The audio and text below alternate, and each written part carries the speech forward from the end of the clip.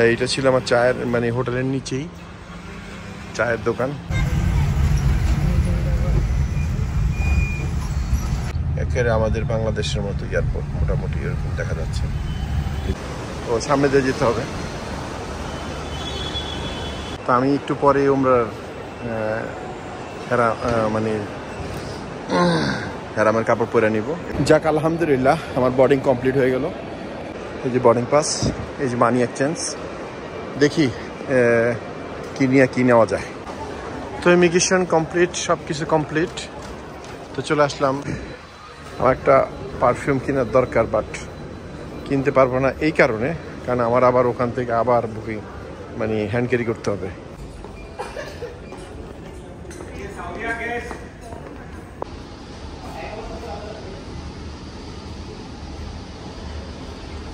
আলহামদুলিল্লাহ সই সালামতে আইসা পৌঁছলাম। এক্স্যাক্টলি টাইমে আসছে, বরঞ্চ 5-10 মিনিট আগে আসছে।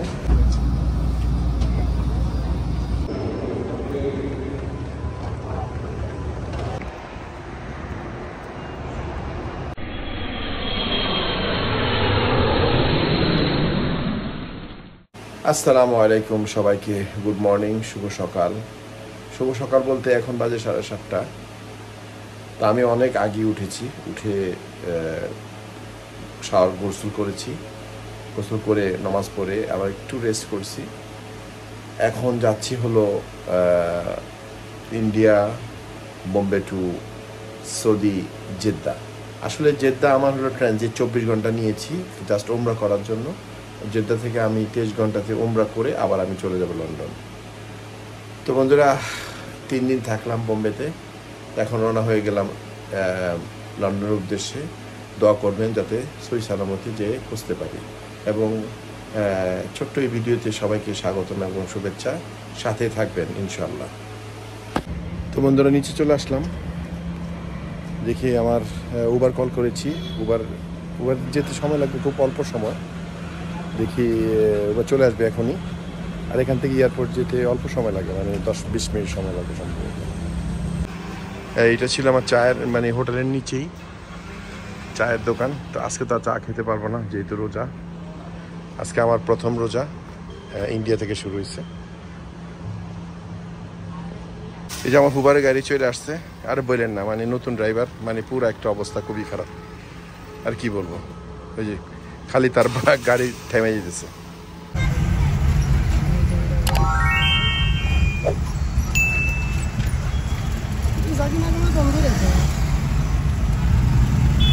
তো আলহামদুলিল্লাহ চলে আসলাম এয়ারপোর্টে ডিপার্চারে। তো এই সময় লাগেনি আজকে, শনিবার রোববার কারণ রাস্তার ট্রাফিক ছিল না টোটালি, এই কারণে আর সমস্যা হয়নি। আলহামদুলিল্লাহ খুব তাড়াতাড়ি চলে আসছে মুম্বাই এয়ারপোর্টে। আর আমার গাড়ি ড্রাইভার সম্পূর্ণ নতুন, ওরেই শিখে আনতে যাবো। তো দেখি চলি, আলহামদুলিল্লাহ দেখি কি অবস্থা।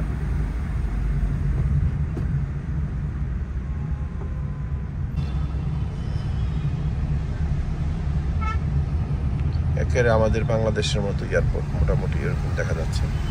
এই যে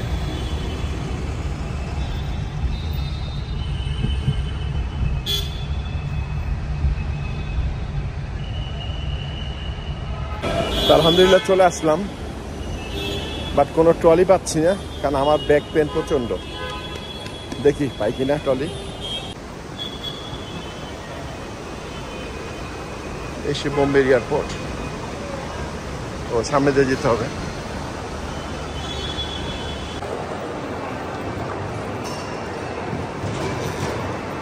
দেখি আমার স্ক্রিনে ফ্লাইটটা অবশ্য আমাকে দিয়ে দিছে 108 থেকে 114।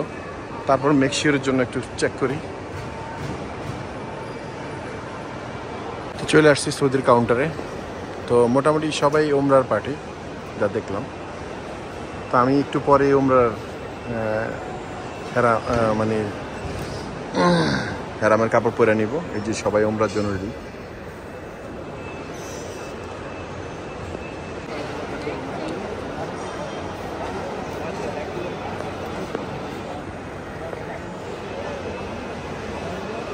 যাক আলহামদুলিল্লাহ আমার বোর্ডিং কমপ্লিট হয়ে গেল। তো এখন আমার কাছে অনেক রুপি রয়ে গেছে, ইন্ডিয়ান রুপি থেকে। এগুলো দিয়ে সৌদি আরবের কিছু টাকা নিয়ে নিই। এই যে বোর্ডিং পাস, এই যে মানি এক্সচেঞ্জ, দেখি কি নেওয়া যায়। আমার কাছে অনেক দেশের টাকা আছে, দিয়ে চেঞ্জ করা যায় কিনা এখান থেকে। তো সব কিছু কমপ্লিট হয়ে যাক, এখন ঢুকে যায় তাড়াতাড়ি, যেহেতু রোজা রাখছি, খাওয়ারও কিছু নাই। এখন দেখি ভিতরে ঢুকে তারপরে একটা গিফট কিনবো, কিছু গিফট কিনে তারপরে হেরামের কাপড় পরবো। যদি শাওয়ার করা যায় শাওয়ার করবো, না রোজু করে নামাজ পড়বো। তো দেখি ভিতরে ঢুকে যাই। তো ইমিগ্রেশন কমপ্লিট, সব কিছু কমপ্লিট। তো চলে আসলাম বোম্বের এয়ারপোর্ট ডিউটি ফ্রিতে। আমাদের ফ্লাইট এখনও অনেক সময় আছে, মোটামুটি আমি যথেষ্ট আগে চলে আসছি। আর এই বোম্বে এয়ারপোর্টেই এর আগে আসছি, বাট ডোমেস্টিক এয়ারপোর্টে আসছি, এটাতে আসি নেই। এয়ারপোর্ট তো পৃথিবীর সব দেশে একই রকম হয়, তেমন একটা ডিফারেন্স হয় না। আমার একটা পারফিউম কেনার দরকার, বাট কিনতে পারবো না এই কারণে, কারণ আমার আবার ওখান থেকে আবার বুকিং মানে হ্যান্ড ক্যারি করতে হবে, তাহলে কিনতাম। কারণ আমার আবার পারফিউম খুব পছন্দ, পারফিউম খুব ইউজ করি আমি আবার। আমার গেট নাম্বার হলো 66। তা আমি দেখি একটু বাথরুমে যেয়ে চেঞ্জ করি। অনেক বড় আছে এয়ারপোর্টটা, মোটামুটি খারাপ না। আর যেহেতু রোজা, অনেক কিছুই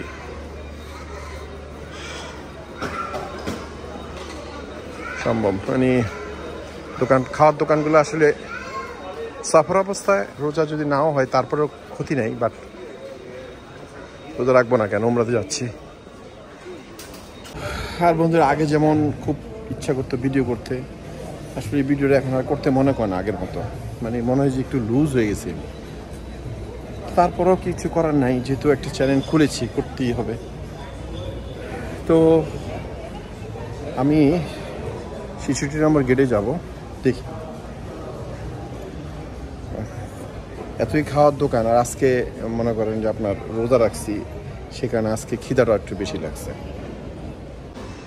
ভিতরে ঢোকার পরে মানি এক্সচেঞ্জ আছে, বাট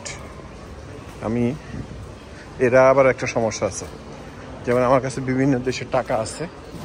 আমি বললাম যে অন্য দেশের টাকা চেঞ্জ করে আমাকে তুমি রিয়াল দাও, না মানে এই দেশের টাকা রুপি নিতে হবে। তার নিলাম না। দেখি এখন গেটের সামনে চলে যাই, 66। তবে এয়ারপোর্টটা সুন্দর আছে, খারাপ না। দেখি একটু সামনে যাই, ওখানে তো বিশাল বড় একটা লঞ্চ, মানে রেস্টুরেন্ট KFC হতে সব কিছু আছে এখানে। এই যে আমাদের এই যে সৌদি এয়ারলাইন্স, যেটাতে যাবো আমরা, এই চলে আসছে। যে আমরা আল্লাহ সালামতে এটাতে যাব। আর বেশিরভাগই হলো ওই যে ইন্ডিগো, যে ফ্লাইটে আমি ঢাকা থেকে আসছি। দেখি সামনে পেয়ার রুম দেখালো, মানে নামাজের স্থান। দেখে ওখানে যে চেঞ্জ করি। আর আমার হাতেও সময় তেমন একটা বেশি নাই, খুব অল্প সময় আছে আমার হাতে। এর ফাঁকে আমাকে হেরামে কাপড় চেঞ্জ করতে হবে, নামাজ পড়তে হবে। 66 গেট। আর আমি যাচ্ছি সৌদি এয়ারলাইন্সে। এখান থেকে আমার সময় লাগবে বোম্বে টু জেদ্দা, সময় লাগবে আপনার 5 ঘন্টা 20 মিনিট। আর এখান থেকে ফ্লাই করার কারণটা হলো, এখান থেকে আমি খুব সস্তায় পেয়েছি, এই কারণে। আলহামদুলিল্লাহ, হেরামের কাপড় পরে রেডি হয়ে গেলাম এবং অজু করে 2 রাকাত নামাজও পড়ে নিলাম। তো বন্ধুরা, আর পরে আর কথা হবে না, জাস্ট ভিডিও করব। তো সাথে থাকবেন সৌদি জেদ্দা পর্যন্ত।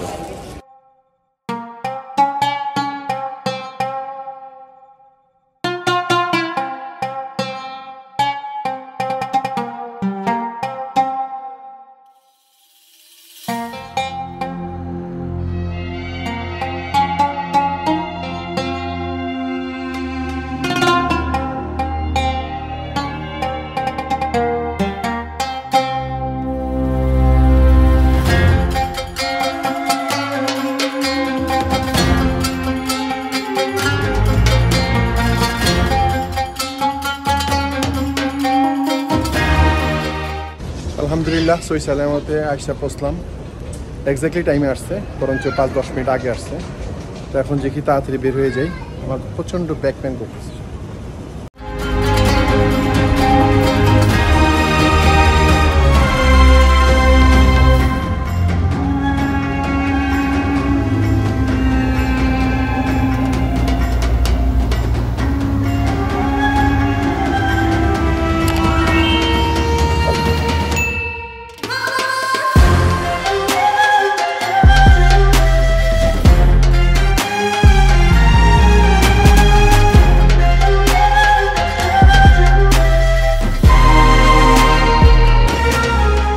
তো আলহামদুলিল্লাহ ইমিগ্রেশন কমপ্লিট করে অলরেডি বাইরে চলে আসছি, যেহেতু আমার কোনো ব্যাগ নাই। তো একজন মুরব্বী, ওনাকে আবার একটু হেল্প করতে হবে, দেখে ওনার জন্য একটু দাঁড়াতে হবে আমাকে এখন।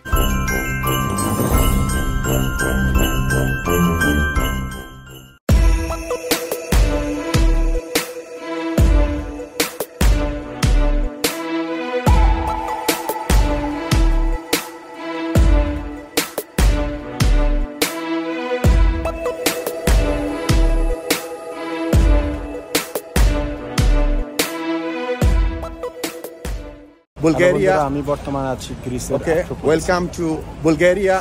হ্যালো।